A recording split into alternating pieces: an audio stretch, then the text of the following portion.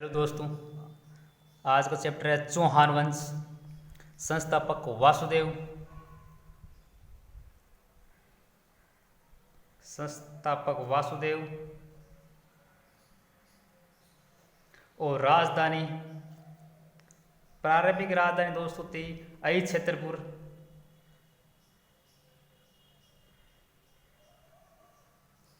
इसके बाद अजय राज ने अजमेर को राजधानी बनाई। सबसे शक्तिशाली शासक था विग्रहराज चतुर्थ। सबसे प्रसिद्ध शासक था पृथ्वीराज तृतीय। चौहानों का उदय है वो दोस्तों सांबर में हुआ था।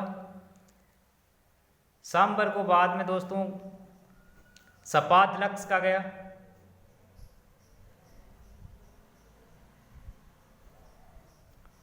सांबर को सपाद लक्ष्य इसलिए कहा गया है कि सपाद लक्ष्य का मतलब होता है 1.25 ग्राम। अपन पढ़ते हैं वासुदेव के बारे में।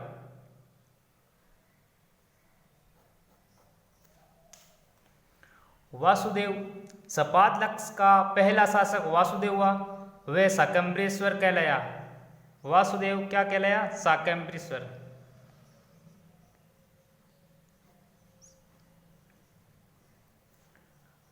चौहान शासक चंदेन राज की रानी रुद्राणी। रुद्राणी का नाम दूसरा नाम था आतमप्रभा। मान शिव भक्ति। उसने पुष्कर तालाब के चारों ओर 100 दीपों प्रकाश स्तंभों की स्थापना की रुद्राणी ने।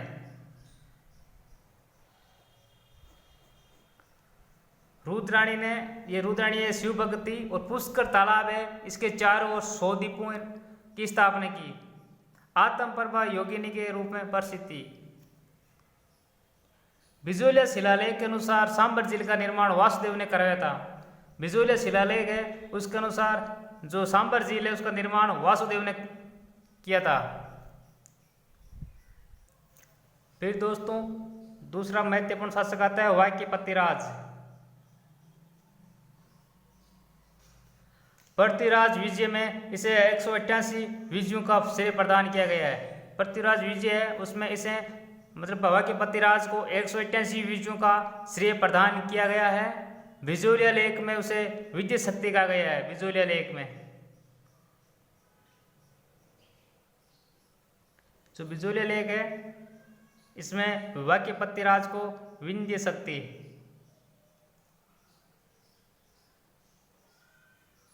शक्ति कहा गया है। महाराज की उपाधि धारण करने वाला वह पहला चौहान शासक था। वाक्यपतिराज है इसने सर्वप्रथम महाराज की उपाधि धारण करी थी।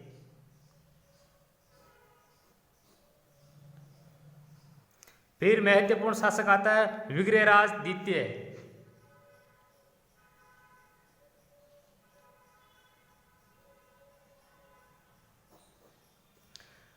विग्रहराज द्वितीय ने गुजरात के शासक मूलराज प्रथम को हराकर उसे कंदा दुर्ग में शरण लेने को विवश किया।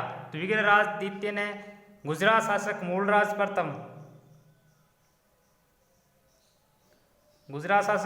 प्रथम है इसको हराकर इसको कंथा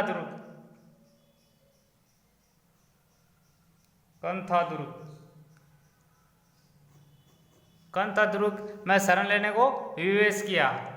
विग्रहराज ने भृंगुकच्छ में आशापुरी देवी का मंदिर बनाया। विग्रहराज ने भृंगुकच्छ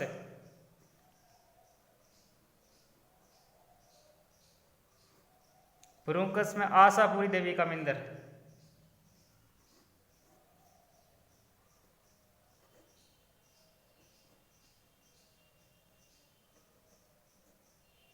आशापुरी देवी का मंदिर बनाया। फिर आता है दोस्तों अजयराज। अजयराज की राज में इसी सोमल देवी की ढेरों रजत मुद्राएं प्रकाश में आई है। अजयराज के बाद में आता है अर्णोराज। इसने मालवा के परमार शासक नरवर्मा को हराया। अर्णोराज के बारे में विस्तार से पढ़ते हैं अपन। अर्णोराज ने मालवा के परमार शासक नरवर्मा, ये परमार शासक था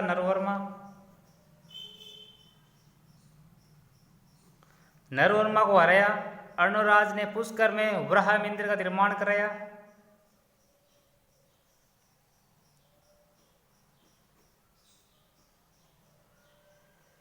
वराह मंदिर का निर्माण कराया, जिसे कालांतर में जहांगीर ने तोड़वा दिया था।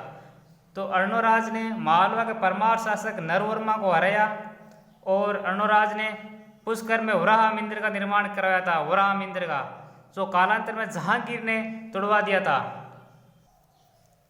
फिर आता दोस्तों महत्वपूर्ण हाजिर विग्रहराज चतुर्थ।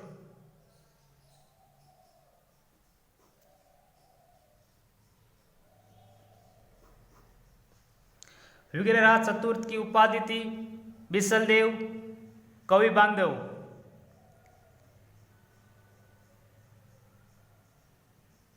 बिसलदेव और कवि बांधव।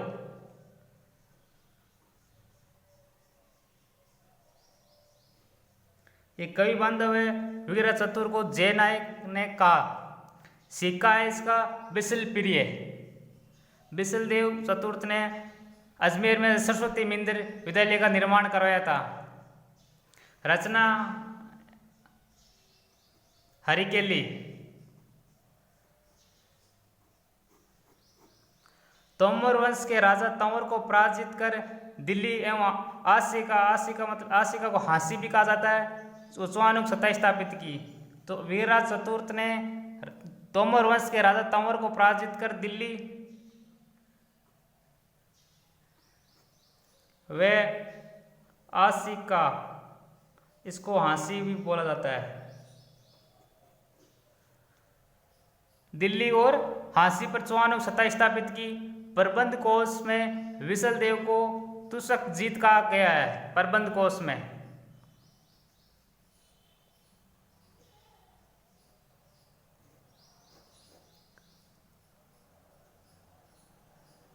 तुरुषक जीत, ये किसको कहा है? विसल देव को कहा गया है।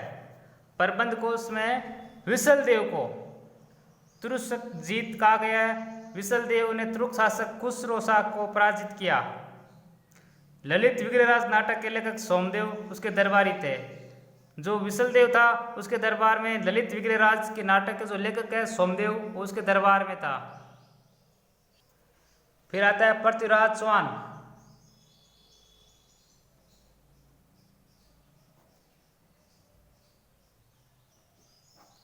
पृथ्वीराज चौहान है ये दोस्तों 1177 से 1192 तक शासन किया था।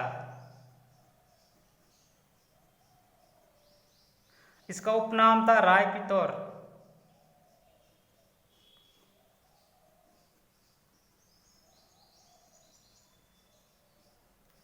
और जन्म इनका हुआ था अनिलवाड़ में। माता पिता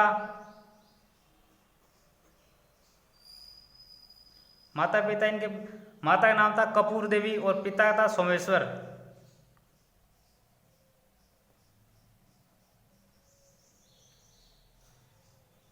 पिता थे सोमेश्वर।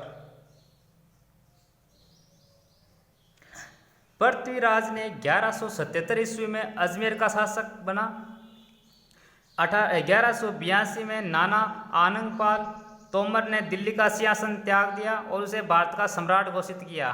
तो 1182 में ये पृथ्वीराज चौहान के नाना जी थे आनंदपाल तोमर, उसने दिल्ली का सिंहासन पर उनको बैठाया और भारत का सम्राट घोषित किया। 1182 ईस्वी में पृथ्वीराज ने चंदेल शासक परमदिदेव को पराजित कर उसकी राजधानी महोबा पर अधिकार कर लिया है। 1182 में 1182 ईस्वी में पृथ्वीराज ने चंदेल शासक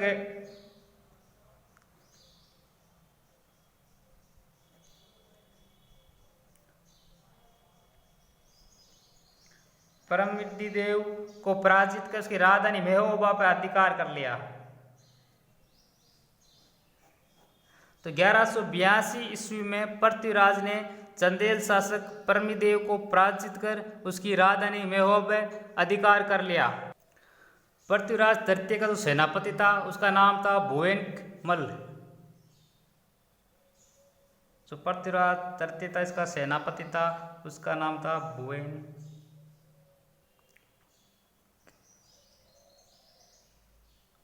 भुवनकमल।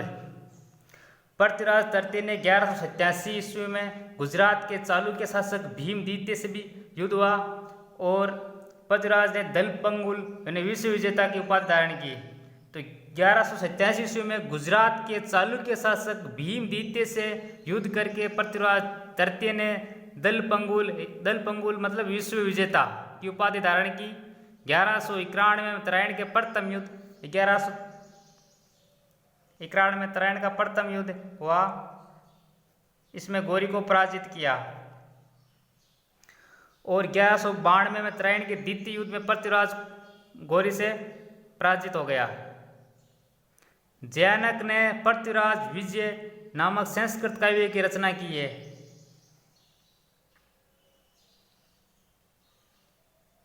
जयानक की रचना है पृथ्वीराज विजय।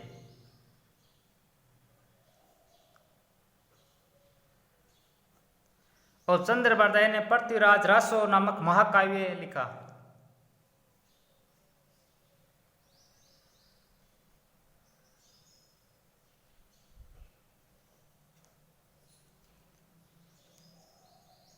पृथ्वीराज रासो।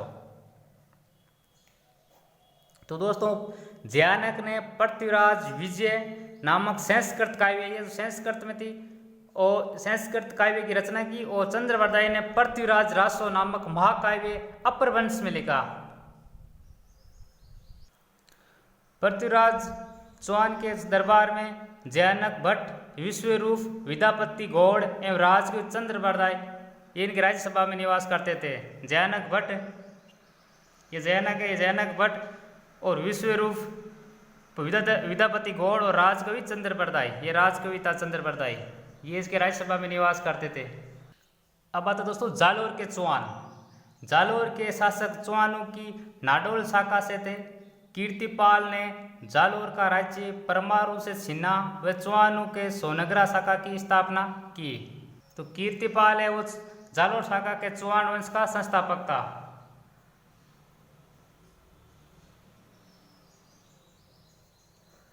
कीर्तिपाल है वो जालोर के चौहान वंश है, उसका संस्थापक कीर्तिपाल था तथा कान्नड़ देव इसका अंतिम शासक था। कान्नड़ देव। जालोर का प्राचीन नाम है वो जाबालीपुर था।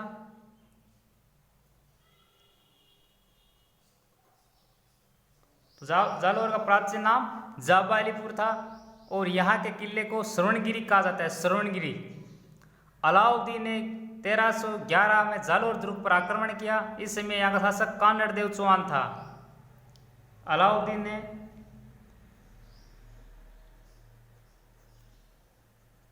1311 ईस्वी में जालोर के दुर्ग पर आक्रमण किया। तो इस टाइम वहाँ के जो शासक थे वो कान्नड़ देव चौहान थे।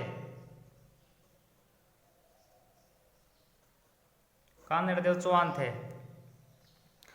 जालोर जीतने से पहले अलाउद्दीन ने 1308 में सिवाना का दुर्ग जीता।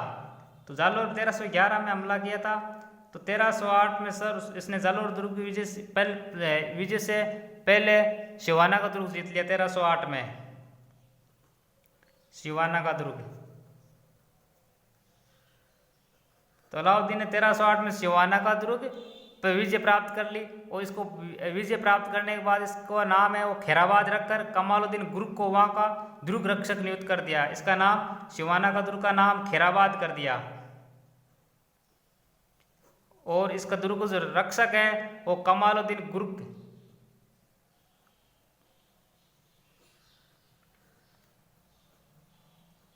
कमालुद्दीन गुर्ग को वहाँ का दुर्ग रक्षक नियुक्त किया। इस आक्रमण में कान्नड़ देव का भतीजा शीतल देव सोनगरा वीरगति को प्राप्त हुआ। 1311 के युद्ध में कान्नड़ देव सोनगरा और उसका पुत्र वीरम देव वीरगति को प्राप्त हुए। इस युद्ध की जानकारी पद्मनाभ के ग्रंथ कान्नड़ देव प्रबंध में मिलती है। 1311 में जो युद्ध हुआ था, इस युद्ध में कान्नड़ देव उस टाइम वहाँ का शासक था और उसका पुत्र वीरम देव, ये दोनों वीरगति को प्राप्त हुए। इस युद्ध की जो जानकारी है वो पद्मनाभ के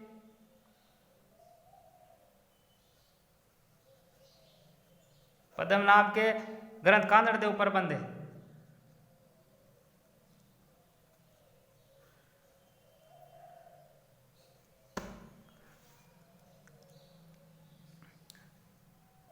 तेरह सौ 11 के युद्ध में कान्नड़ देव सोनगरा और उसका पुत्र वीरम देव वीरगति प्राप्त हुआ। ये युद्ध की जानकारी है अपन को पद्मनाभ के ग्रंथ कान्नड़ देव प्रबंध से मिलती है। पद्मनाभ के ग्रंथ है तो कान्नड़ देव प्रबंध, उससे ये जानकारी मिलती है। फिर आता है दोस्तों गुहिल वंश। गुहिल वंश को सिसोदिया वंश भी कहा जाता है। ये मेवाड़ उदयपुर में राजवंश था। ये सबसे लंबे समय तक एक प्रदेश शासन करने वाला संसार का ये एकमात्र राजवंश है। जो ये गुहिल वंश है ये सबसे लंबे समय तक एक प्रदेश शासन करने वाला राजवंश है। उदयपुर के महाराणा है वह हिंदुआ सूरज कहलाते थे। उदयपुर के जो महाराणा है वो हिंदुआ सूरज।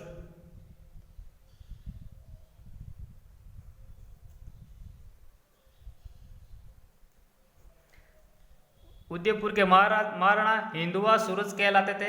मेवाड़ राजवंश की पवित्रता व प्रतिष्ठा इतनी थी कि राजस्थान के सभी राजपूत ने गुहिल व बप्पा वंशीय मेवाड़ शासकों को अपना नेता मानते थे। शिवाजी व नेपाल का राजवंश भी अपना संबंध सिसोदिया वंश से जोड़ते हैं। मेवाड़ के महाराणाओं के सिंहासनोहरण के समय ऊंदरी गांव का भील राजा अपने अंगूठे से राणा को रक्त का तिलक करता था। यहाँ पर मेवाड़ के महाराणाओं का जो राज तिलक होता था उस टाइम ऊंदरी गांव,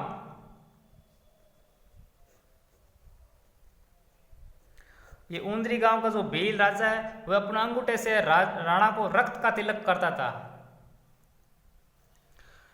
इस वंश का संस्थापक है वो शिलादित्य का पुत्र गुहिल या गुहादित्य था, जिसने 566 ईस्वी के आसपास मेवाड़ में इस वंश की नींव डाली। नागदा गुहिलों की राजधानी थी। तो राजधानी है गुहिल वंश की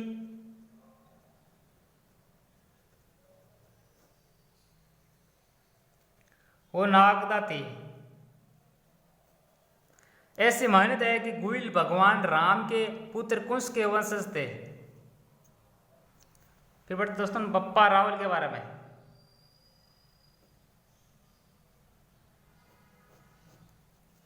गुहिल के उत्तराधिकारियों में महेंद्र द्वितीय का पुत्र बप्पा इसका मूल नाम है वो कालभोज था।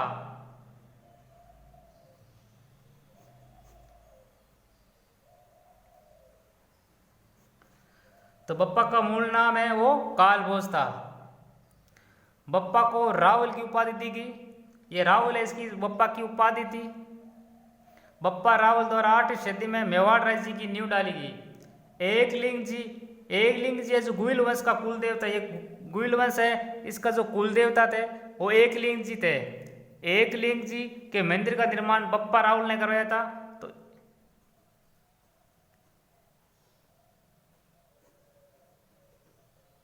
एकलिंग जी का जो मंदिर है इनका निर्माण बप्पा रावल ने करवाया था। एकलिंग जी के पास इनकी समाधि है। बप्पा की राजधानी नागदा थी। एकलिंग जी के मुख्य पुजारी हरित ऋषि के आशीर्वाद से बप्पा रावल 734 ईस्वी में मौर्य राजा मान से चित्तौड़ दुर्ग जीता। एकलिंग जी के मुख्य पुजारी हरित ऋषि के आशीर्वाद से बप्पा रावल ने 734 ईस्वी में मौर्य राजा मान से चित्तौड़ दुर्ग जीता। इनके पश्चात गुहिल शासक रण सिंह का दूसरा नाम था दोस्तों करण सिंह। गुहिल शासक रण सिंह या करण सिंह ने 1158 ईस्वी में मेवाड़ का शासक बना। रण सिंह के पुत्र समय सिंह ने मेवाड़ की रावल शाखा की स्थापना की। यह रण सिंह इसका पुत्र था समय सिंह।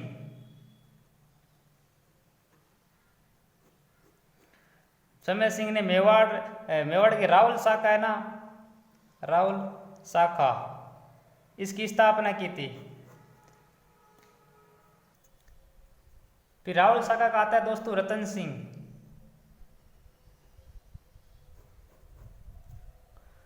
समर सिंह का पुत्र रतन सिंह गुहिलों की रावल शाखा का अंतिम शासक था। ये रतन सिंह है, ये समर सिंह का पुत्र था। ये रतन सिंह गुहिलों की रावल शाखा का अंतिम शासक था। इस समय अमीर खुसरो अलाउद्दीन के साथ यह अलाउद्दीन खिलजी है, ये 1303 ईस्वी में चित्तौड़ पर आक्रमण करने के लिए आया था। 1303 ईस्वी में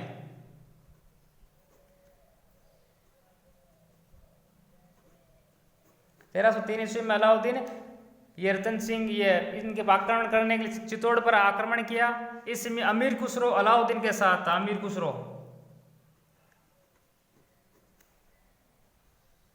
अमीर खुसरो है वो अलाउद्दीन के साथ था। इस चित्तौड़ अभियान का वर्णन है जो अमीर खुसरो की रचना है खजाइन फुतु है उसमें किया गया है। अमीर खुसरो की जो रचना है खजाइनुल फुतुह, खजाइनुल फुतुह। 1303 में अलाउद्दीन ने जब चित्तौड़ पर हमला किया उस टाइम अमीर खुसरो उसके साथ था। अमीर खुसरो है ये, अमीर खुसरो उसके चित्तौड़ अभियान का वर्णन करता है अपनी पुस्तक खजाइनुल फुतुह में। इस युद्ध में रतन सिंह और गोरा बादल ये दोनों वीर गति को प्राप्त हुए। पद्मिनी ने जौहर का सतीत्व की रक्षा की।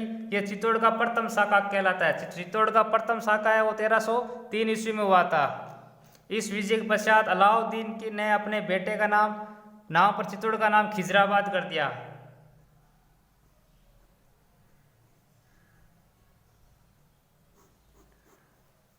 तो ये चित्तौड़ पर विजय के पश्चात अलाउद्दीन ने अपने बेटे के नाम पर चित्तौड़ का नाम है वो खिजराबाद कर दिया। 1303 ईस्वी में अलाउद्दीन की चित्तौड़ विजय के साथ गुइल वंश की रावल शाखा का अंत हो गया था। फिर दोस्तों पढ़ता है चालुक्य वंश। चालुक्य वंश को ही सोलंकी वंश कहा जाता है। चालुक्य वंश का संस्थापक था वो था मूलराज प्रथम। राजधानी थी अनिलवाड़। क्षेत्र मतलब ये गुजरात के अंदर था।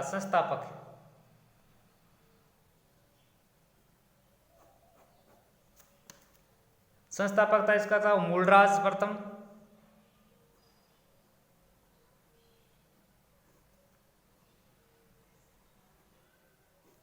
राजधानी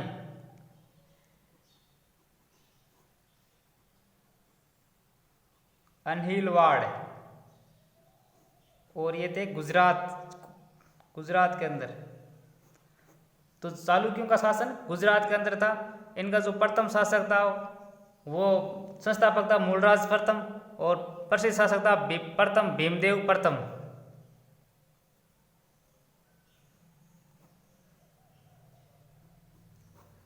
भीमदेव प्रथम इसके सामंत विमल ने आबू पर्वत पर दिलवाड़ा मंदिर का निर्माण किया। भीमदेव प्रथम का जो सामंत था विमल ने आबू पर्वत है वहां पर दिलवाड़ा मंदिर है जो जैन मंदिर।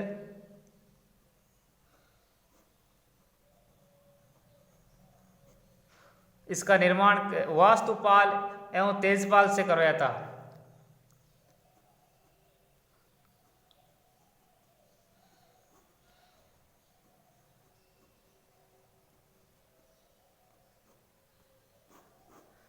तो भीमदेव प्रथम के सामंत विमल ने आबू पर्वत पर दिलवाड़ा मंदिर का निर्माण वास्तुपाल एवं तेजपाल से करवाया था। इस मंदिर के गर्भगृह में ऋषभ देव की मूर्ति है जिनकी आंख हीरे की है। भीम प्रथम के ही काल में 1025 ईस्वी में महमूद गजनवी ने सोमनाथ मंदिर पर आक्रमण किया। भीम ने भागकर कंदा दुर्ग में शरण ली। भीमदेव प्रथम के शासन काल में 1025 ईस्वी में महमूद गजनवी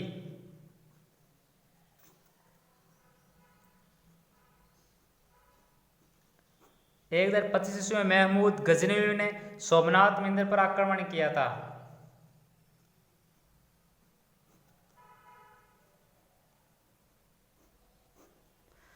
तो भीमदेव प्रथम था ये भागकर कंदा दुर्ग में जाकर शरण ली। तो भीम प्रथम के ही काल में 1025 ईस्वी में महमूद गजनवी ने सोमदेव मंदिर पर आक्रमण किया और भीम ने भागकर कंदा दुर्ग में शरण ली। भीमदेव प्रथम के बाद में आता है जय सिंह।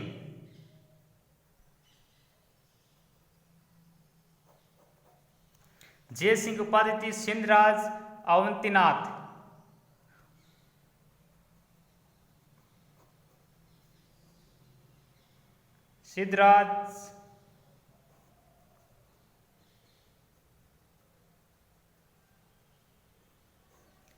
सिद्धराज और अवंतीराज ये जय सिंह की उपाधि थी।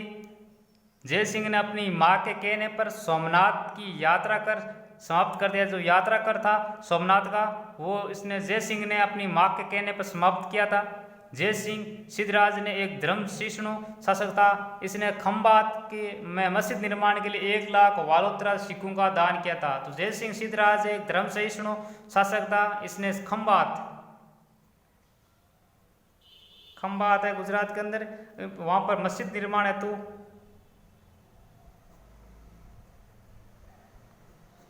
मस्जिद निर्माण के लिए 1 लाख होलोत्रा सिक्कों का दान किया था। इसके दरबार में प्रसिद्ध जैन विद्वान हेमचंद्र रहते थे। तो प्रसिद्ध जैन विद्वान है हेमचंद्र। ये प्रसिद्ध जैन विद्वान हेमचंद्र है, वो जय सिंह के दरबार में रहते थे। और इसने विरोचन पराजय का लेखक श्रीपाल इसके दरबार में था। और जय सिंह के दरबार के अंदर विरोचन पराजय का जो लेखक है वो श्रीपाल, ये भी निवास करता था। तो जय सिंह के दरबार में जैन विद्वान हेमचंद्र और विरोचन पाल पराजय का लेखक श्रीपाल इसके दरबार में थे। तो जय सिंह की उपाधि थी सिंधुराज अवंतीनाथ।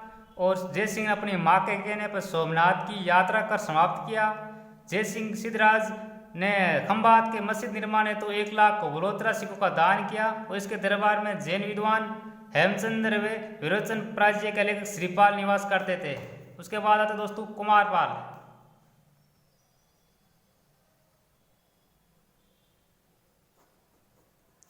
कुमारपाल की उपाधि थी उमापति लब्ध लवण प्रसाद।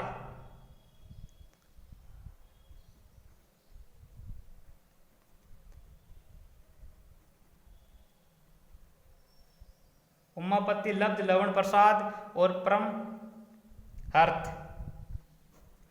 उमापति लब्ध लवण प्रसाद और परम हर्थ कुमारपाल की उपाधि थी। और कुमारपाल के जो अभिलेख है वह वाटनगर पर स्थित थी। इसका लेखक है श्रीपाल। कुमारपाल का जो अभिलेख है वाटनगर पर स्थित थी। ये वाटनगर पर स्थित है। इसका लेखक था वो था श्रीपाल। ये जो जैन विद्वान थे ना हेमचंद्र और विरोचन पराजय का लेखक श्रीपाल, यही इसका लेखक है वाटनगर परिस्थिति का लेखक। जयचंद्र सूरी के कुमारपाल चरित्र में उसकी विजयों का विस्तृत विवरण मिलता है। कुमारपाल ने अव्यक्त नियम राज्य में पशु वेद निषेध सिद्धांत लागू किया। राज्य के अंदर पशुओं का हत्या या वध करना है, ये कुमारपाल ने ये निषेध किया था। द्रुत कीड़ा ने जुआ एवं वेश्यावृत्ति पर रोक लगाया। कुमारपाल ने जुआ और वेश्यावृत्ति पर रोक लगाया। और नवरात्रि पर बकरे को बलि देने पर भी रोक लगाया। तो इसने कुमारपाल ने जुआ और वेश्यावृत्ति व नवरात्रि पर बकरे की बलि को रोका। फिर आता है भीमदेव द्वितीय।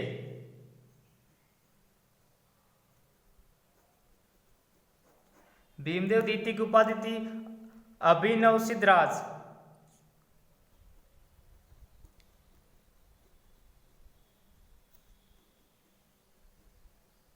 अभिवन सिद्धराज और नव नारायण।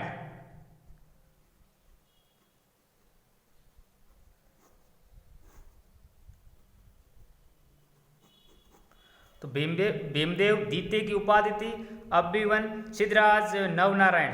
भीम द्वितीय ने 1178 ईस्वी में मोइनुद्दीन गोरी को कासैद मैदान में हराकर भारत में पहली शिकस्त दी थी। तो मोहम्मद गोरी को पहली जो पराजय है वो मिली थी 1178 में। भीमदेव द्वितीय ने इनको हराया था। तो भीमदेव द्वितीय ने 1178 ईस्वी में मोइनुद्दीन गोरी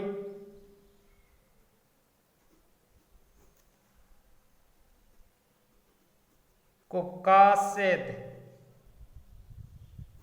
कासैद के मैदान में पराजित किया। और ये गोरी की भारत की पहली हार थी। उसने 1195 ईस्वी में ऐबक को हराया। भीमदेव द्वितीय ने 1195 में ऐबक को हराया था। 1195 ईस्वी में ऐबक को। तो भीमदेव द्वितीय इसकी उपाधि थी अभिवन सिद्धराज और नव नारायण। भीम द्वितीय ने 1178 ईस्वी में मोइनुद्दीन गोरी को कासैद मैदान में हराकर भारत में पहली शिकस्त दी थी। और उसने 1195 ईस्वी में ऐबक को हराया था। तो दोस्तों